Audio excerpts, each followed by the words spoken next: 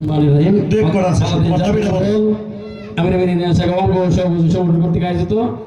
এই মত বিনিময় সভার সম্মানিত সভাপতি উপস্থিত রয়েছে আজকের এই অনুষ্ঠানের সম্মানিত প্রধান অতিথি আমাদের গর্ব অহংকার দেশের মাটি মানুষের নেতা জাতীয় নির্বাহী কমিটির সদস্য মাননীয় জাতীয় সংসদ সদস্য ডাক্তার মাহমুদ রহমান লিটন ভাই উপস্থিত রয়েছে আজকের অনুষ্ঠানের সম্মানিত প্রধান বক্তা উপস্থিত রয়েছেন ইউনিয়ন বিএনপির সম্মানিত নেতৃবৃন্দ উপস্থিত রয়েছেন বিভিন্ন ওয়ার্ডের সম্মানিত সভাপতি সাধারণ সম্পাদক সাংগঠনিক সম্পাদক পদপ্রার্থীবৃন্দ উপস্থিত ছাত্রদল যুবদল কৃষক দল শ্রমিক দল অঙ্গ সহযোগী সংগঠনের নেতৃবৃন্দ সবাইকে বাংলাদেশ জাতীয় দল আমির শাখার পক্ষ থেকে সংগ্রামী শুভেচ্ছা ও সালাম। আসসালামু আলাইকুম।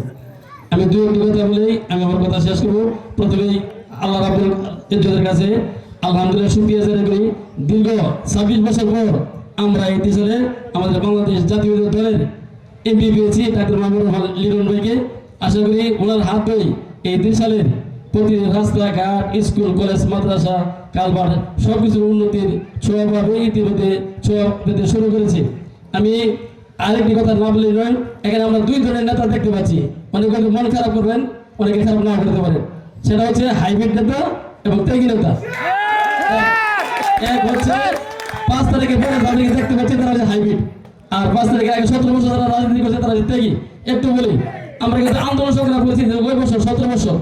আমাদেরকে 2টি কারণে আন্দোলন সংগ্রাম আমরা আন্দোলন সংগ্রাম করতে হচ্ছে।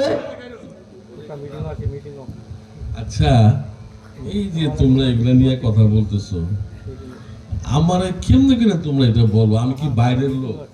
আমি প্রত্যেকটা লোক দেখছি। আমি এই কয় বছর 25-26 বছর, আর আমি বাড়িতে বেশি আসছি। আমি প্রত্যেকটা লোকরে আমি চলা থেকে শুরু করে তারা কি বলতে চায় সেটা পর্যন্ত বুঝি। এই আমার তুমি নতুন করে শেখাবা, এগুলা বলবা, এগুলো বলে নিজেদের মধ্যে দূরত্ব তৈরি করার দরকার নাই। যে যেভাবে আছে সে সেইভাবেই থাকুক, আমি কাউকে বুঝতে দিব না, কিন্তু আমাকে তোমরা কাউকে নতুন করে পরিচয় করার দিও না। ধন্যবাদ মাননীয় জাতীয় সংসদ সদস্যকে। আমরা আশা করি যারা আসলে ত্যাগী তাদেরকে যাতে মূল্যায়ন করা হয়। আমরা দীর্ঘ 17 বছর আন্দোলন সংগ্রাম করেছি, অনেকে তারা চাকরি পাইছে না, তাদেরকে যাতে চাকরি দেওয়া হয়, তাদেরকে দলের থেকে সুযোগ সুবিধা থেকে যাতে সুযোগ সুবিধা দেওয়া হয়, এই আশাবাদ ব্যক্ত করি। আর পাশাপাশি আর দেখা গেছে 2টি কারণে আমরা আন্দোলন সংগ্রাম বেশি করতে হয়েছে।